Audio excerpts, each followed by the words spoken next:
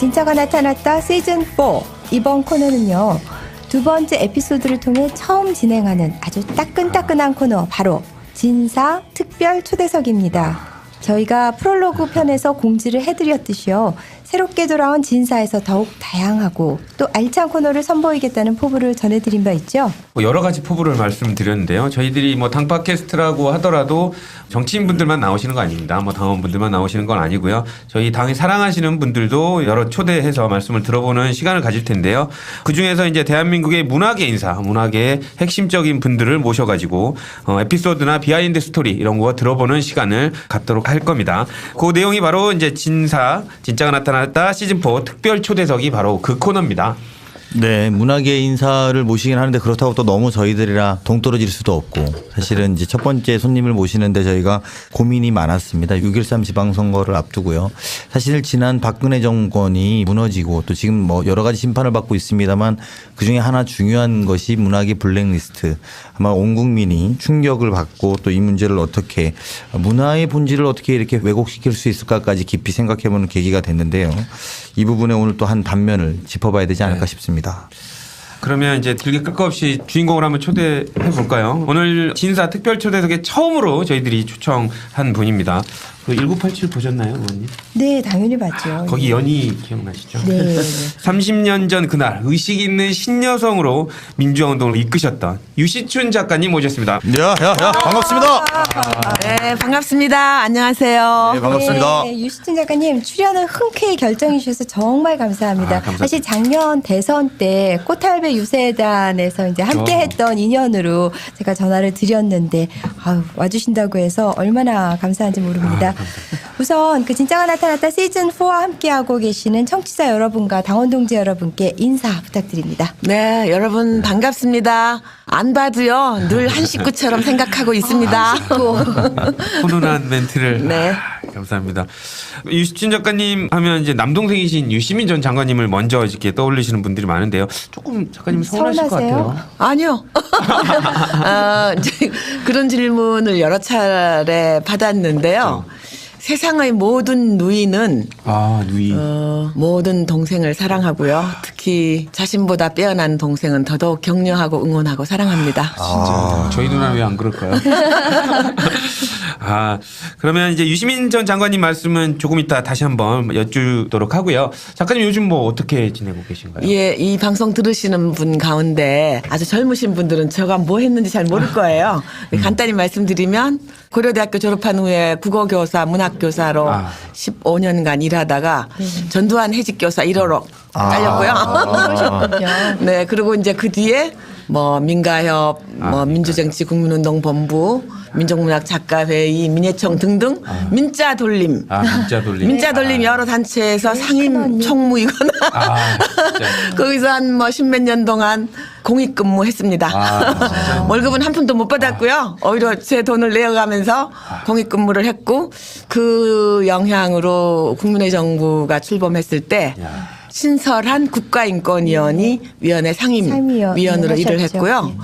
제 기억에 가장 남는 일은 그 민자돌림 일 중에서도 전태일 평전으로 우리 많은 젊은이들의 가슴에 노동의 가치와 신성함을 일깨워 주신 전태일 평전의 작가이시고 변호사이셨던 조용래 변호사님과 함께 숨어서 우리나라 첫 인권 보고서를 쓴 기억이 제 일생에서 가장 인상적인 기억입니다.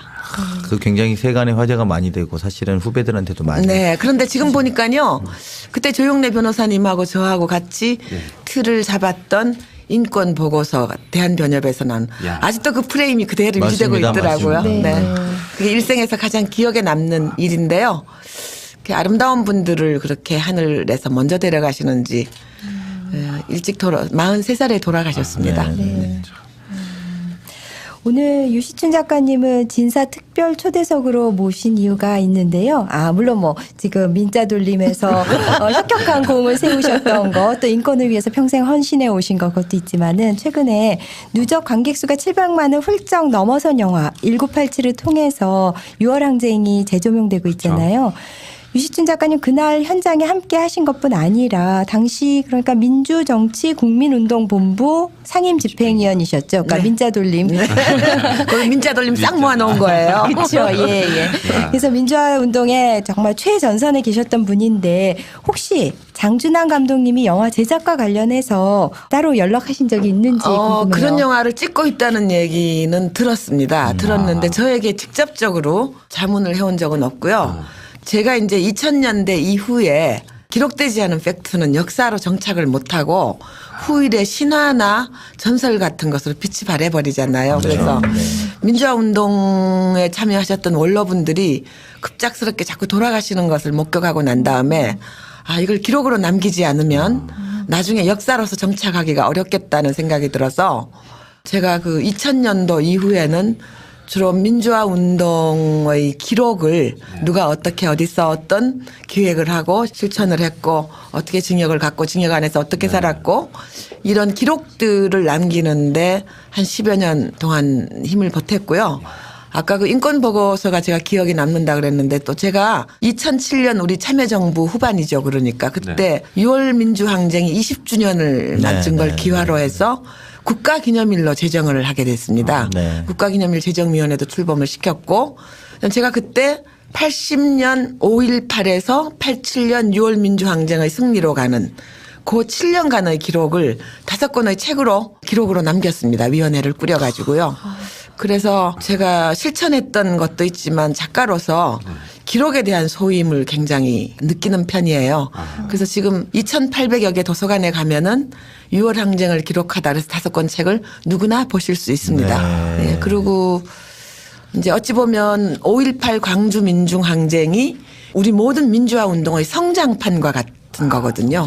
뭐든 거기서부터 싹이 터서 올라왔어요. 그래서 광주 5.18에서 87년 6월 민주항쟁으로 가는 그 민주화의 기록들 제가 수합할 수 있는 가능한 한 수합할 수 있는 모든 것은 거기에 기록을 해두었습니다. 그래서 제가 그 영화를 찍는다는 분한테 그 책 5권을 보면은 사실관계는 다 나와 있을 것이다. 이렇게 얘기를 했고요. 저 자신이 또 국가인권위 재직 시절에 경향신문의 민주화 운동 100가지 사건으로 들여다본 걸 연재하기도 했었고요. 2권의 책으로 엮여져 나왔고 또 제 스스로 혼자 쓴 거는 청소년들을 위해서 6월 민주항쟁이라는 책을 썼습니다. 철저하게 청소년 버전에 맞추어서요. 왜냐하면 제가 교사를 하기도 했지만 지금 이 60대 이상 고령자들은 우리 분단이 끼쳐놓은 상처 때문에 그 생각을 바꾸기가 매우 어렵습니다. 나라의 장래는 지금 자라나고 있는 신세대가 어떻게 민주적인 가치와 이런 것들을 체화하느냐에 따라서 우리나라의 미래가 걸려 있다는 생각이 들어서요. 제가 주로 청소년들이 읽을 수 있는 문법과 그들이 사용하는 언어로 그들의 눈높이에 맞추어서 민주화 운동을 설명해 주고 싶고요. 앞으로도 이건 제 남은 생애의 저희 과제라고 생각하고 있습니다. 네, 아니 아까 이제 기록되지 않는 역사는 전설이나 신화로 전설. 남는다는 말씀 되게 인상적인데 그렇게 보면 사실은 저희보다 더 젊은 친구들 같은 경우에는 1987 영화 외에는 사실은 또 그런 것들을 많이 접촉할 기회가 없었다고 그렇습니다. 생각합니다. 학교에서 안 가르치면 모르는 겁니다. 그런 면에서 보면 이제 한 5권 정도를 기록하시면서 요거는 우리가 모르는 일이지만 꼭 알았으면 좋겠다. 혹시 그렇게 제가 급작스럽게 질문드리긴 하는데요. 아니, 꼭 이런 괜찮습니다. 거는 좀 한번 알아야 된다. 이런 건 뭐가 있을까요?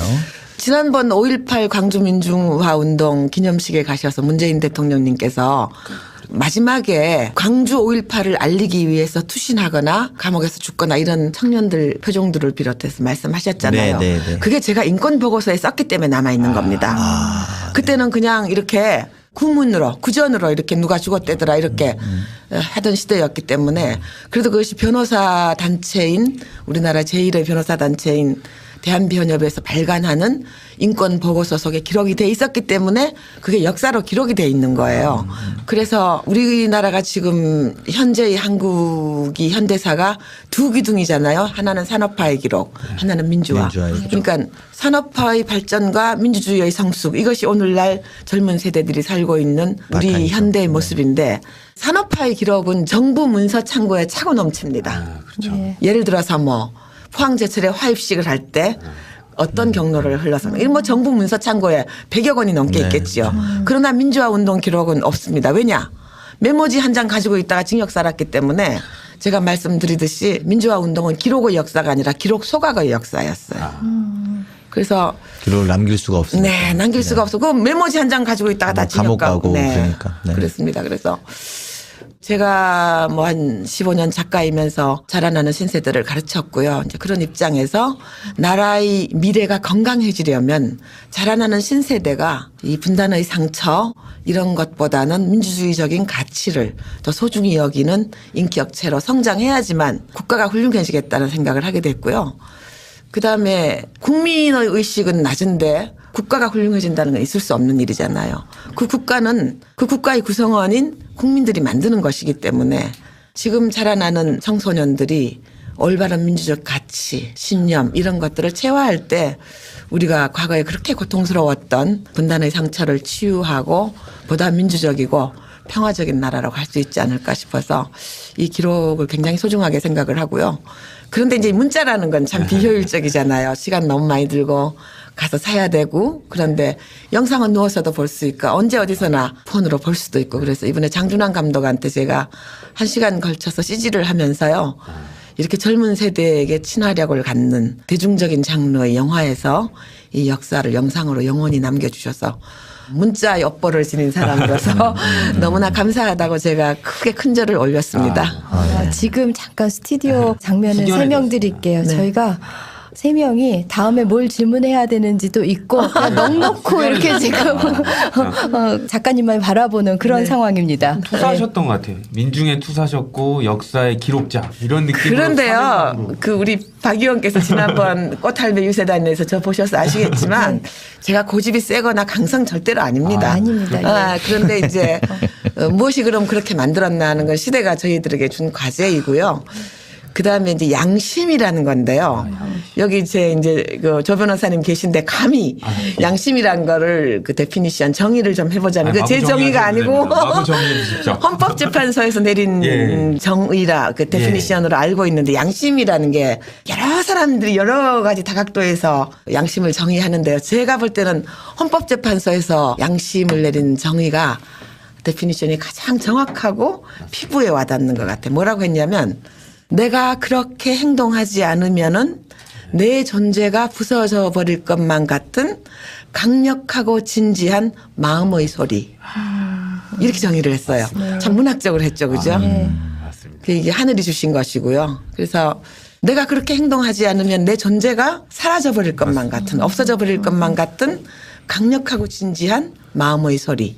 제가 이 양심을, 마음의 소리를 외면하지 못해서 해직도 당하고 뭐 민자 돌림 여러 단체에서 10몇 년간 제가 공익근무라 그러는데 웃기는 말로요. 공익근무도 하고 그랬는데 아무리 생각해도 우리가 이 분단의 덫에서 빠져나와서 보다 더 인간애가 풍부하고 동포애 풍부하고 민주적인 가치를 실현할 수 있는 그런 정부와 국가를 만드는 일은 우리 후세대가 해야 될 일인 것 같아요. 그래서 그 젊은 세대에게 여러분들이 지금 누리고 있는 성숙한 민주주의의 여러 절차들 그리고 뭐 문명의 이기로 불리는 여러 이 디지털의 기기들 이런 거 누리면서 사는 산업화와 민주주의의 성숙으로 여러분이 누리고 있는 오늘날의 이 세계가 그냥 이루어진 게 아니라는 거. 그냥 이루어진 네, 어제 내리는 눈송이처럼 오늘날 하늘에서 갑자기 떨어진 것이 아니고 여러분 선배들이 산업화에서는 무한한 땀을 흘렸고요. 민주주의를 위해서는 엄청난 피를 흘렸다는 사실을 한번 좀 기억해 주시고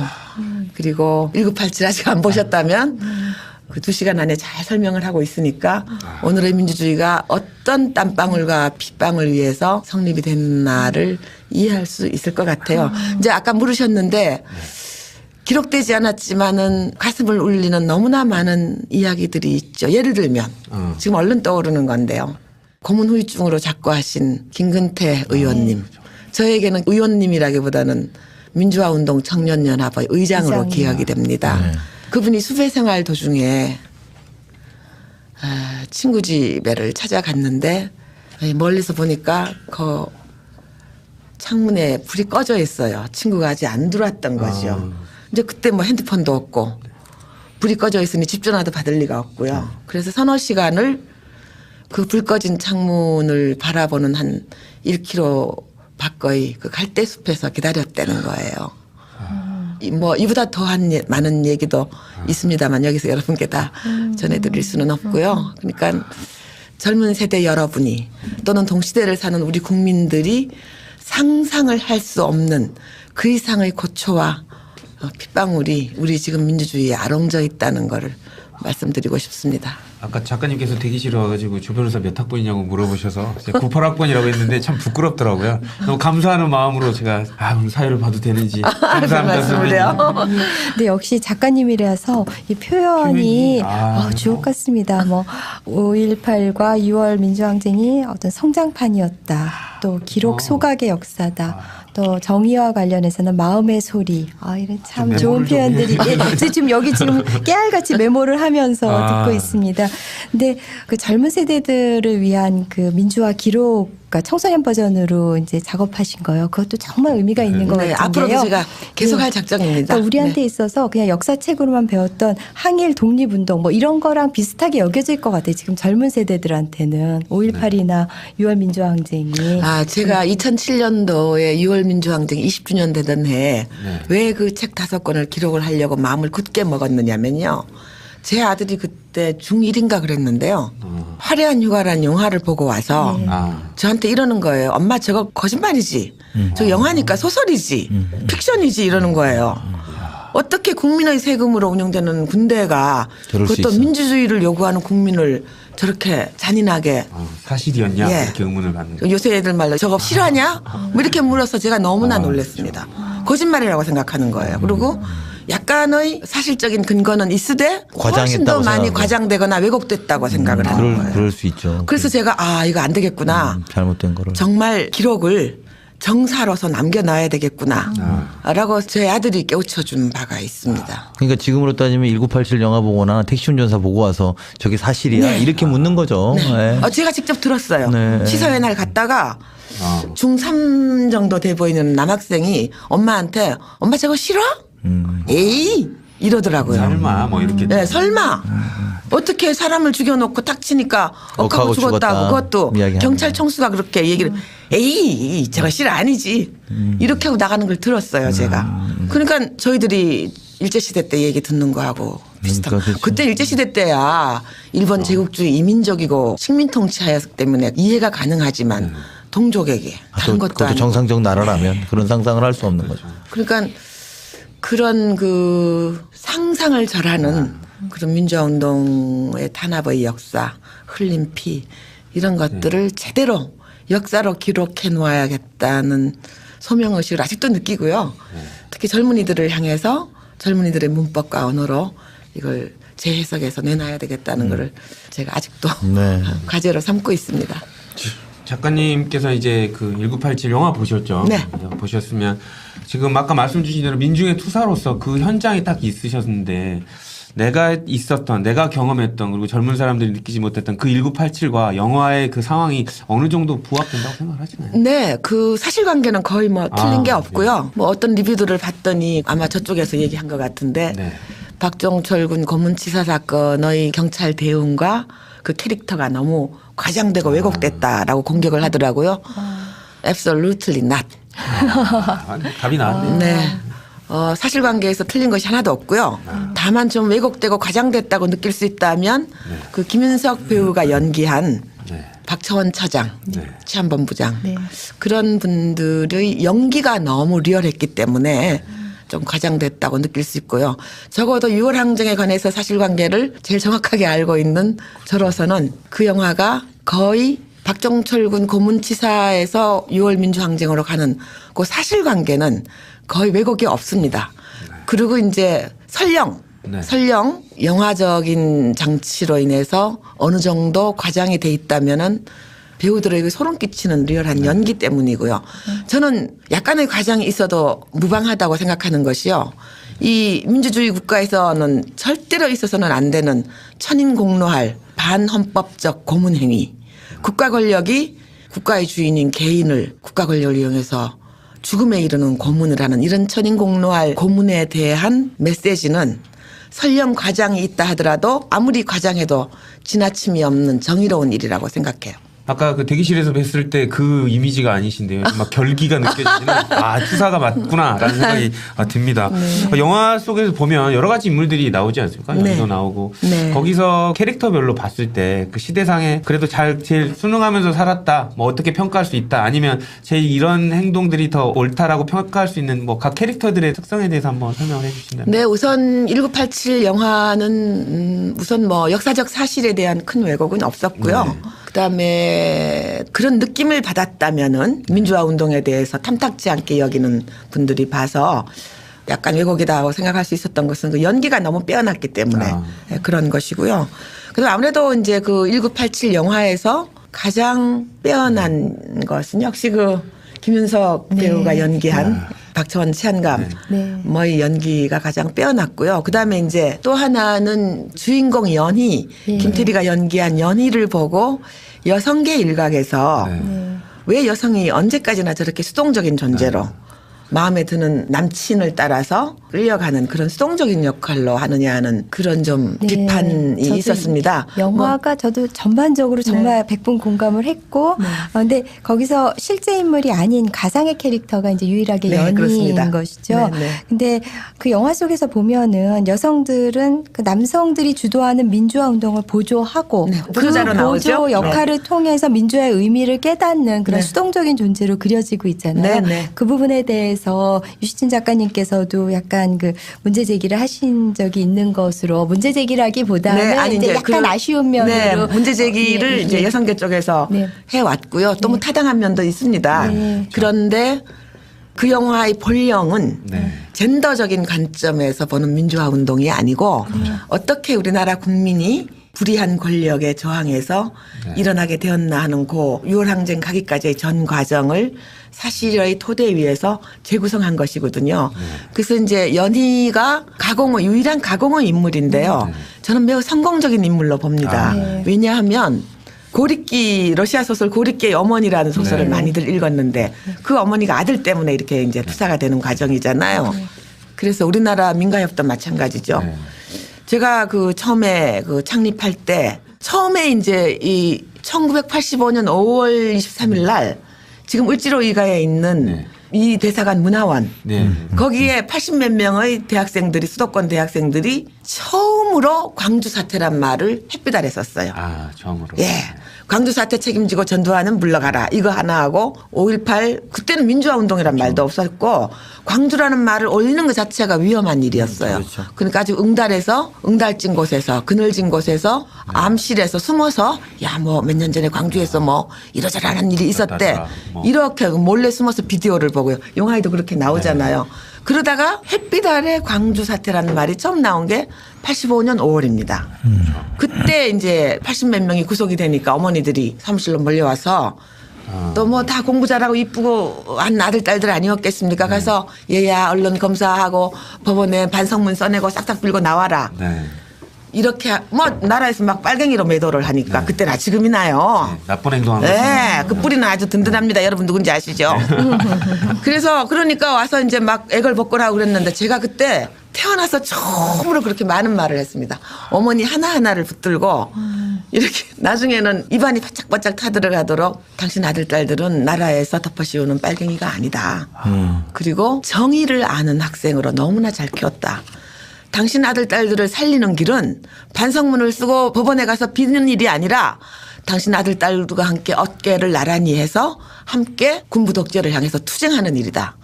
라고 제가 일일이 설명하느라고요. 그때 정말 힘들었어요. 이게 바로 유시민 장관님. 그때 시민이는 감옥 가 있을 때죠.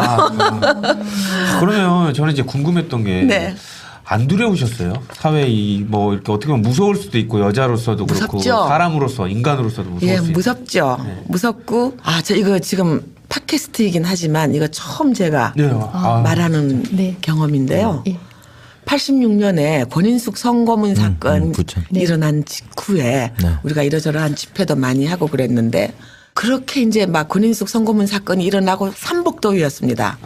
그러고 있는데 누구라고 밝히지 않겠습니다. 지금 한겨레 신문 기자로 재직하고 있는 서울대 여학생, 재학 중인 여학생 엄마가 저를 찾아왔어요. 그래서 누구누구에게 어떻게 끌려갔노라고 얘기를 들었다고 그래요. 제가 들으니까 딱 이게 안기부예요. 그래서 그 엄마하고 저는 그때 이제 숙모라 그러고 들어갔고요. 제가 어찌어찌 이제 그 과정 너무나 긴데 어찌어찌 수소문을 해서 지금 퍼시픽 호텔입니다. 그 7층에 갔더니 그 7층 전체를 안기부가 빌려 쓰고 있었어요. 아, 들어갔는데요. 막 제가 무섭네요. 오금이 저리고 막 와들와들 떨리더라고요. 진짜. 그랬는데 그렇게 했을 때 어떻게 좀 후회? 그날은 정말 무서웠어요. 만약에 신분이 탈로나면은 나도 저기 들어가서 그러는 게 아닌가 하고 막 너무나 그때 머리칼이 곤두섰고요. 그런데 이제 무사히 빠져나왔습니다. 그리고 자꾸 이름이 나오려고 그러는데 그 여학생이 거기에 안기부에서 수사받고 있는 것도 알았습니다. 근데 우리가 이제 알았으니까 함부로는 못했겠죠. 그런 제가 처음 얘기하는 건데요. 그런 적이 무서울 때가 많이 있었죠. 그런데 이제 국민운동본부 할 때는 전혀 두렵지 않았어요. 왜냐하면 좀 조직적으로 네, 하는 그때는 데니까. 이미 야당이 그때가 신민당이었나요? 야당이 이미 조직적으로 개헌청원 운동을 벌리고 있었고요. 네. 그다음 민자 돌린 모든 단체들이 두려움을 떨치고 함께 이제 대화를 연대해서, 이루었기 예. 때문에 그때는 무섭지 않았지만 뭐 오금이 저렇게 무서웠던 적이 몇 번 있죠. 실제로 그 경찰서에도 끌려가시고 그러신 적 있죠.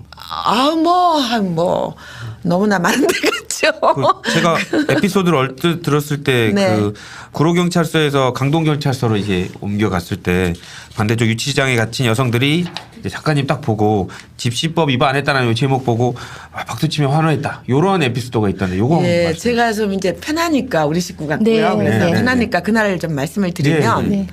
천신만고 끝에 다 이제 그 집회장인 성공회 성당으로 들어갔다가 네. 6월 10일 날 6시에 애국가와 함께 집회를 마치고 7시경에 지금도 그 사진이 있는데요. 네, 네. 그 박정철 영정을 들고 영국 대사관 쪽으로 진출하다가 다 이제 실려서 갔는데 네. 평생에 가장 잊지 못할 날입니다. 그날이. 그날이요. 이 대회가 과연 성공할 수 있을까? 그렇게 들불처럼 번지고 6.29 선언을 끌어오리라고는 아무도 예측하지 못했어요. 시작할 때는. 단언컨대.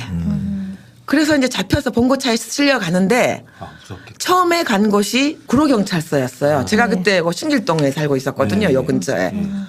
우리 집 앞을 지나가더래 구로경찰서로. 이제 그때는 크게 느끼지를 못했어요. 시위의 흔적을. 네. 구로경찰서에 갔더니 그 구로경찰서 넓은 마당에 학생들이 한 2천여 명이 다 잡혀. 앉아 있는 거예요. 아.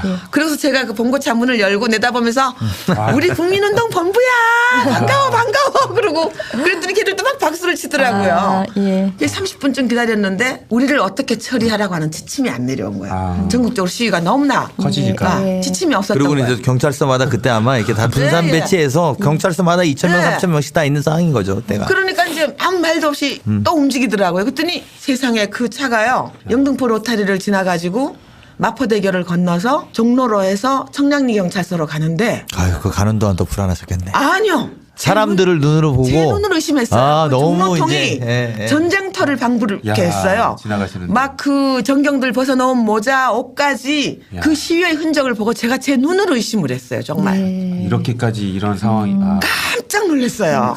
예, 그리고 이제 청량리 경찰서에서 하루를 잤는데 소위 정치범이니까 이제 혼자 재웠잖아요. 이렇게 부채꼴로 돼 있어요. 그 아침에 봤더니 제 앞에 이제 유시춘 쓰고 집시법 집회미 시위에 가는데 그 맞은 쪽에 있던 여자들하고 남자들 몇 명이 아줌마 집시법으로 들어왔어요 이러는 거예요. 그래서 내가 네 그랬더니 막 박수를 치는 거예요. 네. 국민들의 그런 이게 있을 목소리가- 수가 없는 일이 일어난 거고 그때 제 눈을 의심을 했고요. 그리고 그때 이제 이렇게 천장에 이렇게 TV가 하나 매달려 있는데 거기 명동 농성 뉴스가 나오더라고요. 뉴스가 나오니까. 네, 그래서 아, 이 흐름이 끊어지지 않겠구나 하는 확신이 들었고 실제로 그 명동 농성은 네. 그것이 6.29로 가는 징검다리 역할을 한 거거든요. 자발적으로 모여든 분들이잖아요. 예. 국민들의 목소리였는데 그 저는 이제 궁금한 게 아까 그 여성들에 대한 네. 그 1987년도에 그 이호랑쟁에 있어서의 좀 수동적이라는 평가가 아, 제가 아까 민가협 얘기하다가 예, 예. 이제 그렇게 흘러버렸는데 실제로 그 민가협의 한 90%는 어머님들이었거든요. 그렇죠. 그럼요. 구속학생 어머님들. 저 우리 박 의원님도 엄마시죠? 그럼요. 그 예. 아들이 그렇게 민주주의를 위해 애쓰다가 갔는데 빨갱이로 매도당하면 가만히 있겠습니까? 눈에 보이는 게 없죠. 그렇죠. 예. 엄마는 위대한데. 그러니까 여성은 약할지 몰라도 엄마는 위대하고 예. 강하다는 얘기가 그 엄마들이 눈에 보이는 게 그렇죠. 없었죠. 아들 뭐 심지어는 그때 5분 기동대라 그랬어요. 5분 기동. 딱 기다리고 있다 어디에 시위가 있다 그러면 가고요. 법정으로 가고 구치소를 가고 막 휘젓고 다녔죠.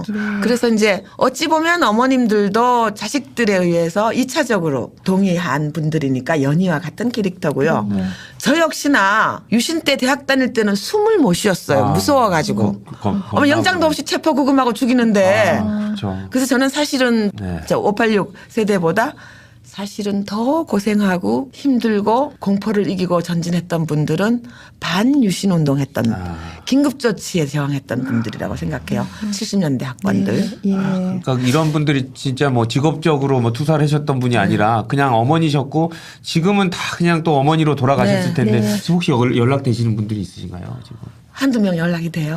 네. 지금 우리가 계속 좀 무겁고 암울한 네. 얘기 네. 들었는데요. 네, 그래서 연희라는 캐릭터가 예. 전혀 부자연스러운 게 아니고요. 예. 실제로 그 당시 민가야부의 어머니들이나 구속된 남편을 둔 아내들이라든가 네. 또는 오빠를 둔 누이라든가 실제로 많이 실제했었고요. 우리 가족들. 네. 그런데 이제 페미니즘적 관점에서 볼 때는 여성이 너무 수동적으로 묘사되지 않았느냐 하는 비판 의식이 있을 수가 있는데요. 뭐 타당하다고 보고요. 네. 이제 언젠가는 6월 민주항쟁을 젠더적 관점에서 본 영화가 여성 감독에 의해서 나오기를 네. 고대합니다. 예. 예, 저도 그때는 힘을 보탤 여성 거고요. 감독님들 좀 많이 듣고 좀 연락을 좀 많이 해주시도록 부탁드립니다. 저번에 저 그 인터뷰하신 거 보니까는요. 의정부 교도소에 수감 중인 6명의 여학생들이 그 러닝셔츠를 벗어서 그 위에다 고추정으로 전두환 타도 이런 그러니까 혈서처럼 이제 그렇게 글씨를 써놨다는 에피소드 들려주셨는데요. 네. 지금 이제 좀 무거운 얘기가 사실 뭐 1987 영화를 얘기하면서 이렇게 암울한 얘기를 할 수밖에 없지만은 좀 그런 약간 유쾌할 수도 있는 에피소드도 네. 한번 좀 들려주시죠. 그날 뭐 제가 영원히 너무 고생스러워가지고요. 영원히 못 잊는 날인데 그 의원님 계시지만 구치소에서나 교도소에서 금치라고요. 그냥 네, 교도소의 규율을 어기면은 네, 네. 금치라고 해서 서신과 접견이 차단되는 징벌을 받습니다. 징벌방이라고 하죠. 징벌방. 징벌방이라 네. 그러는데 그것도 이름 제가 안 밝히겠습니다. 고대 까마득한 제 후배 여학생들 5명이 구속이 됐는데 그 엄마 3분이 오셔가지고 이거 금치를 당해가지고 서신과 접견을 불허하는 징벌을 당해서 지금 나흘째 우리 딸을 못 보니 죽었는지 살는지 나 봐야 되겠다 이거 들어놓은 거예요.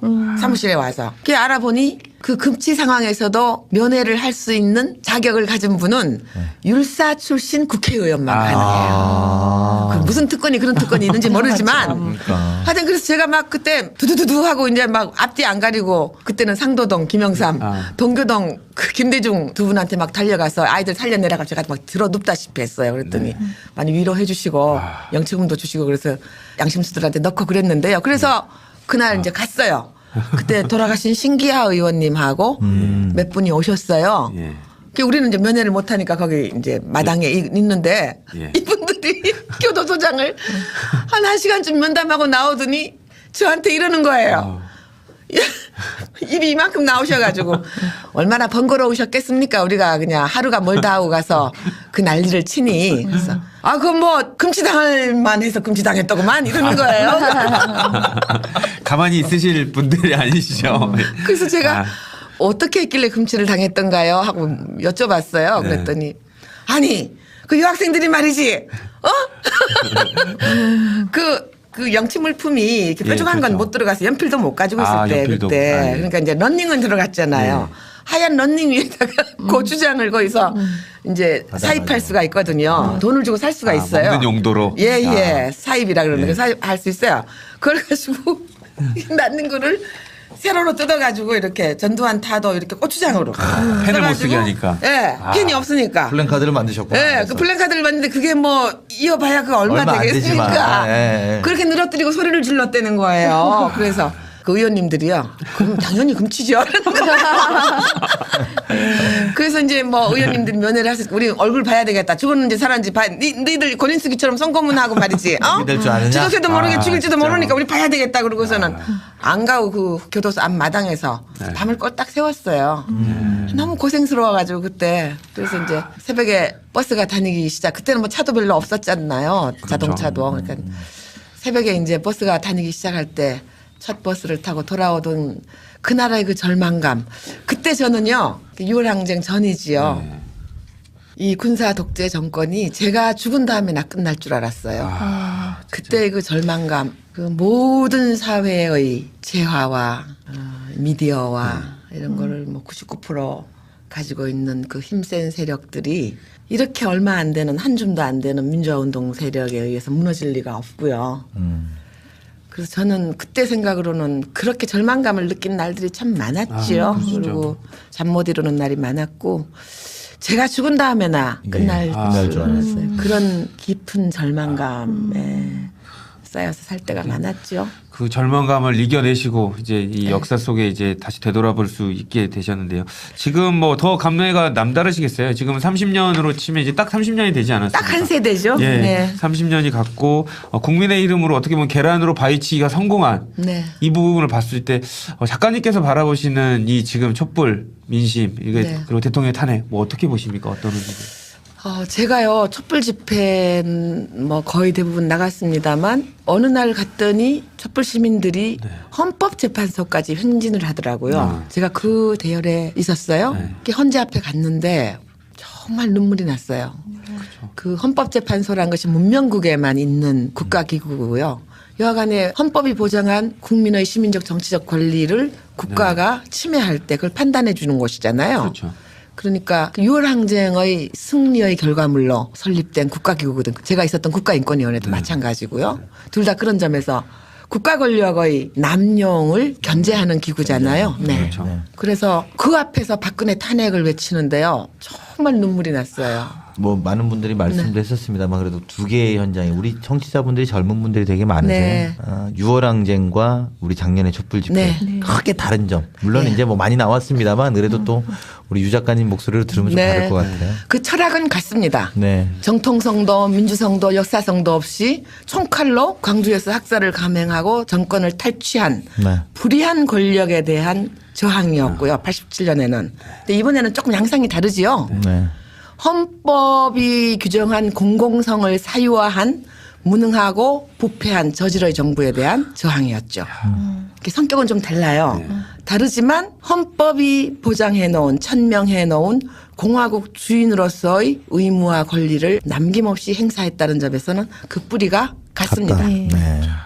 그런데 형식은 굉장히 달라졌어요. 저 재밌어졌고. 네, 그때는 정말 가파른 정치 투쟁이었잖아요. 네, 체류탄이 어지럽게 날아다니고 보도블록을 깨고 코피를 흘리고 여러분 지랄탄이란 건 모르죠? 알고 있습니다. 예. 보지는 못하셨죠? 봤죠. 사과탄하고는 달라요 또. 막 지랄을 치고. 막 움직이면서 다니는 거죠. 보기도 봤죠. 이제 이한열 군이 네. 그거를 직격탄을 못 쏘게 돼 있는데 이렇게 공중에 쏴서 이렇게 흩어져야 되는데 직격탄을 쏴서 이한열 군이 죽음에 이르게 된 거잖아요. 그러니까 그때는 가파른 정치 투쟁이었다면 이번에는 제가 유심히 보니까요. 너무나 많은 문화운동 단체들이 나와 있고요. 네. 그렇죠. 시민들 스스로 굉장히 의식이 뭐라 그럴까요? 가파른 정치 투쟁적인 직접적인 구호에서 보다 더 유연하고 재미나고 그런 그 어떤 문화적인 형식으로 많이 진화 발전을 했다고 생각이 민주주의의 축제 같았죠. 예. 페스티벌 같은 그런 네. 느낌도 들고요. 그때는 막 투쟁과 저항이었는데 지금은 약간 함께 어우러져서 춤도 추고 하는 그런 어떤 페스티벌, 민주주의 페스티벌이라 그럴까요? 그런 형식이어서 우리 사회가 30년 동안에 그 정말 더 성숙하고. 네, 뭐 더 정도가 아니라 거의 뭐 기하급수적인 그런 변화 발전을 이룬 것이 아닌가 하는 생각이 들고 저는 촛불 집회 현장에 나가 있을 때 참 행복했어요. 30년 만에 변화 발전된 국민의 의식을 바로 옆에서 체감할 수 있었고요. 네. 저희들은 이제 뭐 이렇게 작가님 말씀을 통해 가지고 이렇게 힘든 역사를 통해 가지고 이렇게 이런 어떻게 보면 지금은 당연하게 느낄 수 있을 것 같은데 지금 세대들은 솔직히 이런 게 뭐 당연한 거 아니냐라고 생각할 수 있거든요. 젊은 당원들이 꽤 많거든요. 네. 젊은 당원분들한테 그 이런 상황을 대하는 태도 뭐 이런 역사적 인식에 대해서 한 말씀 해주신다면. 네. 저는 뭐 피레네 산맥의 동쪽에서 진리인 것이 네. 서쪽에 가면 뭐 범죄가 되는 경우도 있고 진리라는 것이 이렇게 절대 진리는 없는 건데요. 그럼에도 불구하고 절대 진리가 하나는 있어요. 그렇게 진리가. 국가의 얼굴, 정부의 얼굴은 그 구성원의 수준과 함께 갑니다. 네. 네, 그렇기 때문에 노무현 대통령님께서 남기신 깨어있는 시민의 조직된 힘이 민주주의 최후의 보루입니다라는 말과 함께 또 김대중 대통령님의 철학이었던 행동하는 양심. 네. 이 두 가지는 민주주의가 지속되는 한 영원한 진리일 거라는 생각이 들고요. 그리고 국민 한 사람 한 사람이 민주공화국 주인으로서 무장되어 있지 않다면 우리가 언제 또다시 어떻게 군부 독재, 우익 독재 뭐 이런 나락으로 떨어질 수는 알 수 없는 일이죠. 그래서 제가 비유를 하자면 민주주의란 야생화처럼 들꽃처럼 계절이 바뀌면 저절로 꽃 피고 꽃 피는 꽃이 아니고 온실 속의 화초와 같이 적당한 수분과 햇빛과 사람의 손길이 가야지만 꽃을 피우는 그런 온실 속의 화초와 같은 거라는 비유를 해요. 그러니까 이 민주주의란 꽃을 피우기 위한 필수 요건, 국민의 의식이 깨어 있고 우리의 역사와 역사의 지향하는 바가 어떻게 돼야 더 정의로울 건가 이런 것을 자기 생업과 함께 생업을 떠나라는 얘기가 아니에요. 생업과 함께 자식을 사랑하는 것만큼 훌륭한 국가를 만들기 위해서 하는 노력이 끊어져 버릴 때 우리가 다시 언제 또 독재의 늪으로 빠질지는 알 수 없는 일이죠. 이게 그냥 이루어진 게 아니기 때문에 우리 구성원들도 노력을 해야 됩니다. 네. 저희들도 열심히 노력을 하겠습니다. 네, 그 초반에 그 유시민 작가님 말씀 잠깐 나눴었는데요. 유 작가님은 이번 정부에서 현실 정치에 참여하기보다는 어용지식인이라고 표현을 하시더라고요. 증거 어용지식인. 어용지식인. 그러면서 문재인 정부를 돕겠다는 결의를 보여주셨고 실제 문재인 정부에 또 우리 당에 힘을 실어주고 계신데요. 그렇죠. 누님 입장에서 보시기에 지금 동생이 잘하고 계신 거죠?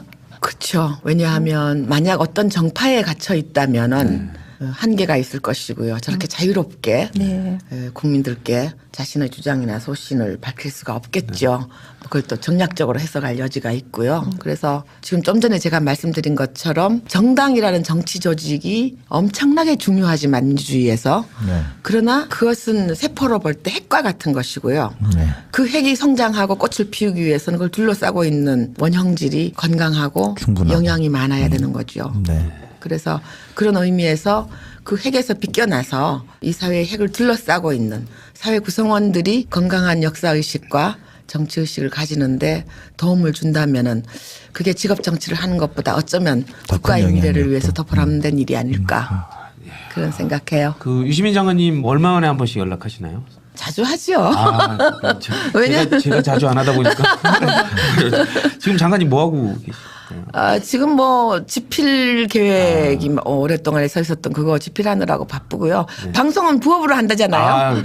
저희들이 이제 신 남매 간의 따뜻함을 한번 느껴보기 위해서 전화 연결 한번 할 수 있을까요 지금? 지금요? 예. 자, 한번 해볼게요. 네. 네. 네, 전화 연결을 하려고 했었는데, 그 유시민 작가님께서 지금 뭐 녹화 중이셔서 안타깝게 남매 간의 사랑을 한번 느껴보려고 했는데 아쉽게 됐습니다. 다음번 기회에는 꼭 한번 연결해서 그렇게 네. 하겠습니다. 네. 작가님께서 지난 대선 때 그 꽃탈배 유세단에서 홍일점으로 그렇죠. 활동하셨잖아요. 그래서 정말 문재인 대통령 되시는데도 큰 역할을 하셨는데요. 그렇죠.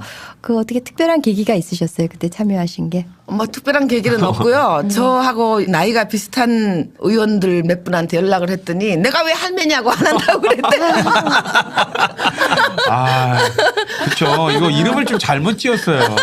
꽃청춘 유세단 이런 게 딱 좋은데. 아니요, 그 우스갯소리를 하는 얘기고요. 그 뭐 평소에 제가 잘 알고 지내는 네. 다 멤버가 좋으셨죠. 네, 그때 뭐 유홍준 유홍준 교수님이나 교수님이나 문화재청장님, 뭐 다. 원혜영 의원님, 네. 또 돌아온 사형수 이철 예, 그래서 전 평소에 의원님. 다 잘 알고 지내시는 분들이라서 네. 그냥 합류했습니다. 저는 이제 저희 지역구에 유세로 오셨었어요. 네. 아산에 저희 지역구에 유세로 오셨는데 사실 저는 약간 걱정도 했었어요. 처음에는. 근데 너무 반갑게 가서 다 인사하고 그러니까 이게 두 가지인 것 같아요. 하나는 일단은 굉장히 내공이 있으니까 어떤 분을 만나도 즐겁게 만날 수 있고 그렇죠.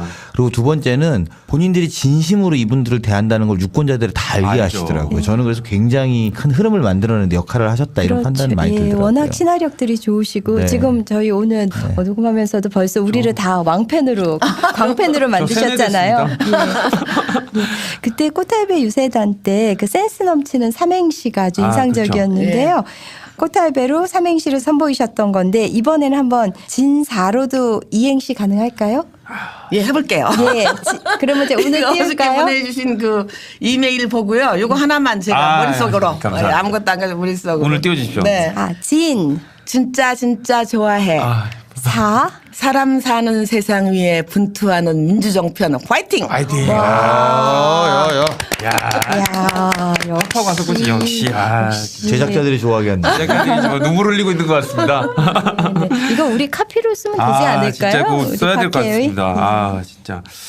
좀 전에 유시민 장관님하고 연락이 안 돼서 좀 안타깝긴 한데 여러분들도 많이 아시겠지만 남동생인 유시민 전 장관님 그리고 또 여동생인 유시주 선생님 이렇게 보면 어떻게 보면 부모님이 너무 후퇴하셨을 것 같아요. 자식 농사를 뭐 다 대박을. 아니에요. 네. 부모님은 어떤 분이셨나요? 뭐 저희가 영향을 유시민이 경제학과를 나왔는데 독일 유학은 거꾸로 있는 세계사를 가지고 역사책을 가지고 했거든요. 인쇄받아서. 그런데 아버지가 역사 선생님이셨고요. 영향을. 술 담배도 못 하시고 친구도 별로 없고 거의 그 아주 광적인 독서광이셨고 그 본인이 독서광이었을 뿐만 아니라 저희 육남매한테 이제 가난한 교사니까 뭘 좋은 옷, 좋은 음식을 주시는 대신에 그 학교에서 도서관 사설을 자임하시면서 책을 빌려다가 계속 책을 우리한테 읽게 하셨고요. 그래서 어린 날에 저희는 이렇게 밥을 먹는 것처럼 책을 먹었습니다. 야, 진짜. 그러면 이렇게 형제들끼리 모여서 토론도 막 그때 계속하고 그러셨어요? 야, 대단하네요. 진짜. 토론 안 했고 아버지가 책을 한 권 갖다 주고 난 다음에는 네. 저는 이제 말을 순종적이어서 말을 잘 들어서 독후감을 꼬박꼬박 써냈는데 아버님도 쓰라고 하셨어요? 예, 책을 한 권 갖다 주고 독후감을 야. 한 장을 꼭 써내게 하셨어요. 네. 그럼 이제 칭찬해 주시고 그랬는데 야.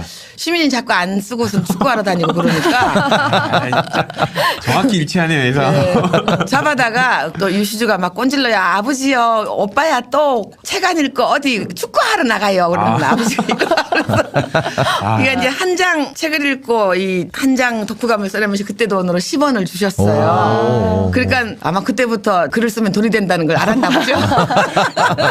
최초의 인생은 아버지로부터 받은 거지. 유시민 장관님 그 사진 중에 인터넷에 돌고 있는 사진 중에 재판을 받으러 들어가시는데 웃고 있는 그런 여유로운 모습의 사진이 있었거든요. 예, 그게 85년도 이제 제가 이제 구속학생 학부모 협의회 만들어서 총무하고 그럴 민가협 만들 그 시절에 두 번째 들어갔을 때 그거 어떻게 동아일보가 찍었다고 그래요. 네. 법정에 들어가는데 네. 수갑 찬채로 예, 이렇게 맞습니다. 예, 웃고 그 있는. 턱선이 살아 있으면서 그 눈빛이 정말 서늘한 그죠. 눈빛. 그때 뭐 85년이니까 26살이잖아요. 네. 근데 그렇게 어린 나이에도 이렇게 전혀 위축되지 않고 자기가 한 일에 대한 소신과 저 자신감 있는 모습으로 보여서 참 놀랐거든요. 요즘 사람들이 보기에도 아주 어렸을 때도 그런 기질을 좀 가지고 있었나요? 아니에요. 어땠나요? 어렸을 때는 그 주로 동네 아이들한테 맞고 들어와서 울었어요. 그렇군요. 바른 말하다 맞은 건 아닙니까? 아니, 바른 말하다 동네들한테 맞고 이런 거 아닌가요? 아니에요.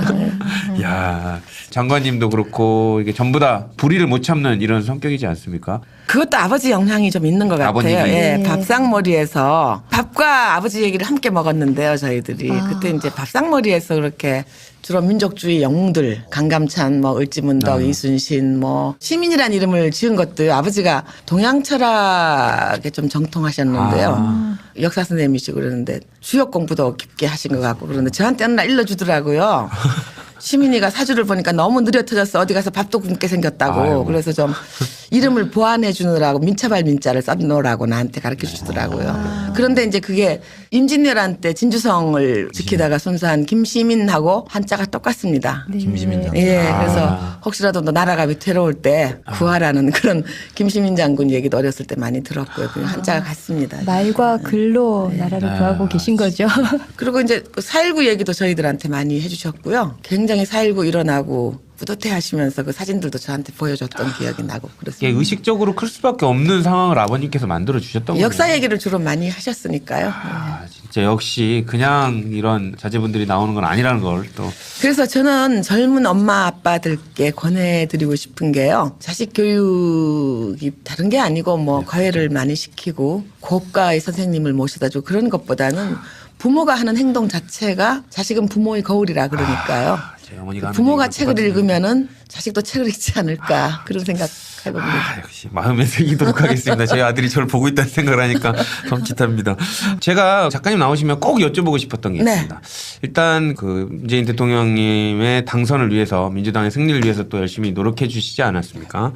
저희가 이제 민주당 당 팟캐스트이지 않습니까, 공식? 그렇기 때문에 저희들이 이제 말 같지 않은 조언은 전혀 듣지 않습니다. 근데 이제 저희 편에서 정말 고언을 해주실 분들의 얘기에 대해서는 아주 값지게 지금 저희들이 전달을 하는데 네. 작가님이 그럴 위치에 있으시기 때문에 지금 문재인 정부 평가를 해주신다면 네, 우선 대통령의 캐릭터가 앞선 노무현 대통령보다는 훨씬 더 안정적이고 신중하신 것 같고요. 그리고 무엇보다도 다시는 그와 같은 전철을 밟지 않겠다는 좀 내심의 결의 같은 것이 보이고요. 그리고 상당히 좀 대통령께서 물론 이제 옳은 정책과 바른 자세를 가지고 있기 때문에 그렇기도 하겠지만 저 이거를 하나 권해드리고 싶습니다. 잘 하고 계시고요, 지금. 정치란 게 뭐 여러 100가지 측면에서 정의할 수 있겠지만 제가 볼 때는 나와 생각이 다른 사람을 나의 생각에 동의하게 하는 과정이잖아요. 막 어록 오늘 쏟아지네요. 네. 그래서 적어놔야겠네. 그렇게 본다면은 그들에게 다가가는 방식이 좀 죄송한 말이지만 국민들이 정책을 보고 투표하지는 않는 것 같아요. 굉장히 우리 국민들이 감성적이에요. 몇 년 전에 포브스에서 조사한 걸 보면은 형용사 부사가 제일 많다 그래 우리나라가. 의태어 의성어가 있는 데가 별로 없고요. 우리 빼고는. 그래서 굉장히 감성적이고 감정적인 경향이 있어서 나와 좀 다른 생각 또는 더 아주 많이 다른 생각을 가진 분들을 내 생각에 동의하게 하는 과정에서 필요한 것은 심사숙고하고 많이 배려해서 좋은 정책을 개발하는 거가 원칙이겠죠. 그러나 이제 보다 빠른 길은 마음으로 다가가는 길. 네. 그러니까 5.18 때 아버지를 잃은 딸을 안아주는 네. 그 모습에서 사람들이 빗장이 열리잖아요. 그것처럼 당청이 함께 국민의 마음에 다가서는 좋은 정책도 중요하고 그 원칙적으로는 그렇습니다만 아까 제가 그런 관점에서 정의를 한다면은 정치를 마음의 빗장을 여는 그런 노력을 조금 더 집중적으로 해주면 좋지 않을까. 그러면 좀 구체적으로 말씀 한번 여쭤보면 지방선거 얼마 남지 않지 않았습니까? 네네. 그러면 이제 잘한 부분들은 많은데 문재인 정부에서 조금 더 이런 감성적인 국민들의 마음을 좀 터치해 줄 수 있는 뭘 좀 노력하면 좋을까요? 몇 가지만 말씀 주시면. 그 뭐 5,000년 전 사마천 사기에도 나오는 얘기인데요. 가장 최악의 정치는 전두환처럼 형벌로 국민을 다스리는 정치가 가장 최악의 정치고 가장 좋은 정치는 마음에 다가드는 마음을 얻는 정치라고 그러잖아요. 그래서 그게 참 어려운 일인데요. 예를 들어서 뭐 대통령께서 어떤 특정한 자리에서 많은 미디어가 지켜보는 앞에서 그렇게 하시는 거는 쉽게 퍼져나가는데 국회의원들은 자기 지역구에 갇혀 있기도 하고 조금 더 어렵죠, 그게. 그래도 하여튼 그 송구한 말이 오나 좋은 정책을 개발하는 거 못지않게 좀 얼어붙은 국민들의 마음을 빗장을 여는 노력. 그건 뭐 그 어떤 심리 전문가나 뭐 각 지역마다 특색이 또 다 다르니까요. 특히 저는 지금 이 DMZ 근처에 있는 강원도, 경기도 일대 이런 분들이 지금 햇볕 정책에 대해서도 부정적이고 북한에서 지금 오고 있는 것도 부정적이고 그렇잖아요. 이제 그런 분들이 분단의 상처를 안고 있어서 그런 것이기 때문에 각고의 노력 끝에 그분들의 마음을 여는 것이 어떤 언어일지 어떤 행동일지는 그 지역의 유니크한 특색에 따라서 다가드는 연구가 좀 필요하다고 봅니다. 그 민주주의는 뛰어난 천재나 지도자가 아니라 다수의 시민이 네. 만든다는 진리는 변함없을 거다 이렇게 말씀하셨습니다. 그리고 오늘도 아마 1987년 이후로 또는 뭐 그 전부터 활동하셨던 그런 다수의 시민이 힘을 내고 용기를 가지고 우리가 역사를 똑바로 만들자 이런 큰 틀에서 말씀을 주신 것 같은데 그런 것과 관련해서 우리 진포를 듣는 많은 분들께 또 남기고 싶은 말씀 있으면 한 번 더 해주세요. 네. 우선 참 의원님 두 분 계셔서 죄송합니다만 이런 말씀을 드려서 우리 국민들의 제도권 정치에 대한 의식이 그렇게 우호적이지 않습니다. 그럼요. 예. 정치 불신이 참 심각하죠. 그렇지만 우리가 정치라는 방법에 의하지 않고 어떻게 민주주의와 복지와 평화 통일을 이뤄나갈 수가 있겠습니까? 너무나 중요한 민주주의의 루트거든요. 그래서 근데 이것이 이제 굉장히 전에보다는 많이 완화되었습니다만 여전히 정치 불신이 심각한 시대에 이렇게 젊은 분들이 당원이 된다는 것 자체가 큰 용기라고 생각해요.